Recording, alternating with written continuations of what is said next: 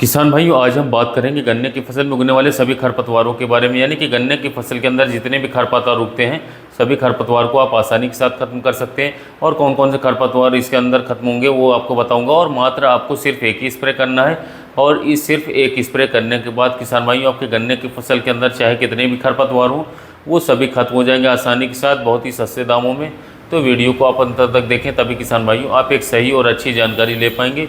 इस स्प्रे के बारे में मैं आपको बिल्कुल डीपली जानकारी देने वाला हूं कि कितनी कितनी मात्रा आपको लेनी है और किस तरीके से इसका स्प्रे आपको करना है, और इसका स्प्रे आपको गन्ने की फसल पर किस अवस्था में करना चाहिए। तो यदि अभी तक आपने मेरे चैनल को सब्सक्राइब नहीं किया है तो आपसे निवेदन है कि आप चैनल को सब्सक्राइब कर लीजिए। गन्ने की खेती संबंधित एक से एक अच्छी जानकारी आपको इस चैनल पर जरूर से देखने को मिलेगी। तो किसान साथियों, अब बात करते हैं कि आज का अपना टॉपिक गन्ने की फसल में खरपतवार। किसान भाइयों, गन्ने की फसल के अंदर चौड़ी पत्ती के खरपतवार होते हैं, सकरी पत्ती खरपतवार उगते हैं, और किसान भाइयों गाजर घास भी बहुत ज़्यादा उगती है। और सबसे बड़ी जो दिक्कत गन्ने की फसल के अंदर आती है वो आती है हमारी मोथे को लेकर के। मोथे की समस्या किसान भाइयों के सामने इतनी बड़ी समस्या है कि बेहिसाब होती है।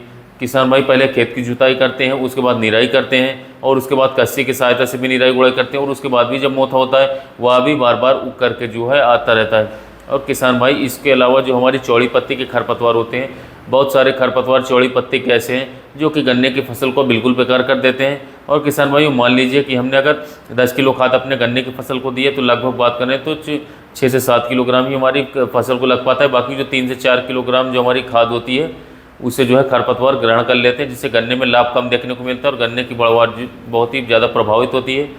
दूसरा किसान भाइयों, खरपतवार यदि हमारे गन्ने की फसल में उगे हुए हैं तो हमारे गन्ने के अंदर जमाव अच्छे से नहीं हो पाता, टिलरिंग जो होती है गन्ने की वो अच्छे से नहीं हो पाती है, क्योंकि जो है खरपतवार मिट्टी को जकड़ लेते हैं, और जब मिट्टी को जकड़ लेते हैं तो उसके बाद हमारा गन्ना जो है अच्छी तरीके से ग्रोथ नहीं कर पाता है, और नई टिलरिंग हमारी गन्ने की फसल के अंदर तेज़ी के साथ चल पाती है।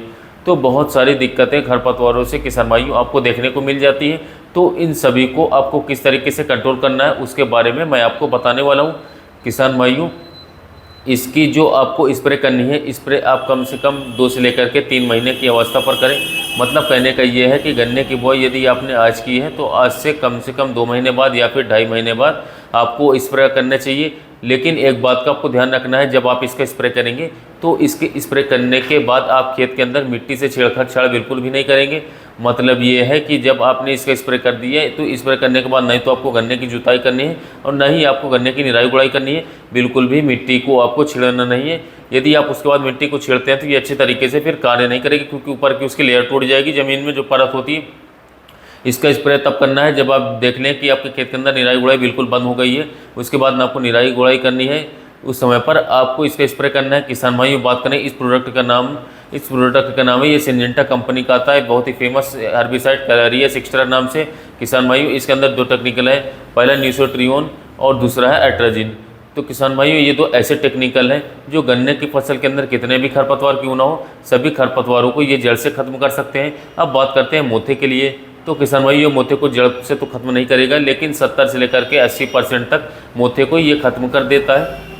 मतलब ये है कि जड़ों से तो ये बिल्कुल खत्म नहीं हो पाते, लेकिन ये धीरे धीरे सूखता चला जाएगा और मोथे को भी ये कंट्रोल कर लेता है। लेकिन आपको फिर मैं बता रहा हूँ कि आपको इसी बात का ध्यान रखना है कि निराई गुड़ाई इसके स्प्रे करने के बाद आपको बिल्कुल भी नहीं करनी है। बात करते हैं इसकी कितनी मात्रा आपको स्प्रे में लेनी होगी। तो किसान भाई बात करें तो कम से कम 1400 से लेकर के 1500 ml प्रति एकड़ के हिसाब से आपको इसका स्प्रे अपने गन्ने की फसल के ऊपर करना पड़ता है। यदि बात कर लूँ पानी की, तो आपको कम से कम 180 से लेकर के 200 लीटर पानी की आवश्यकता पड़ने वाली इस स्प्रे में 1 एकड़ खेत के लिए। और किसान भाइयों, तब आपको इसका स्प्रे करना होगा। यदि आप इसका स्प्रे बिल्कुल सही ढंग से कर लेते हैं और आपके खेत के अंदर नमी लगातार बनी हुई है, सूखापन नहीं है, तो किसान भाइयों कम से कम ये 2 से लेकर के 3 महीने बाद तक आपके गन्ने की खेत के अंदर किसी भी तरह के खरपतवारों को नहीं उगने देगा। मान लीजिए कोई खरपतवार ऐसा है जो खेत के अंदर नहीं उगा है और वो बाद में उग करके आता है, तो जैसे ही उग करके आएगा ये हर्बिसाइड उसे भी खत्म कर देगा। यानी कि कुल मिलाकर के इतना शानदार कंट्रोल है इसका कि ये बहुत ही अच्छी तरीके से आपके गन्ने की फसल के अंदर से सभी खरपतवारों को खत्म कर देगा। बात करता हूँ इसकी कीमत की, तो किसान भाइयों बात करें तो लगभग 1 एकड़ का खर्च जो है 1600 से लेकर के 1900 रुपये के बीच प्रति एकड़ का खर्च आपका आ सकता है। तो इस तरीके से किसान भाइयों आप अपने गन्ने की फसल के अंदर से सभी तरह के खरपतवारों को आसानी के साथ खत्म कर सकते हैं। इसके अलावा किसान साथियों, एक और बात को ध्यान दीजिएगा, जब भी आप इस खरपतवार नाशी दवा को इस्तेमाल करें तो आप अपने गन्ने की फसल में ये ध्यान दें कि आपके गन्ने की फसल में नमी जरूर से ज़रूर होनी चाहिए और स्प्रे करने के दूसरे तीसरे दिन आपको खेत की सिंचाई कर देनी है। इसके अलावा एक बात का और ध्यान देना होगा कि मौसम ख़राब ना हो, मौसम में बहुत ज़्यादा तापमान वृद्धि ना हो।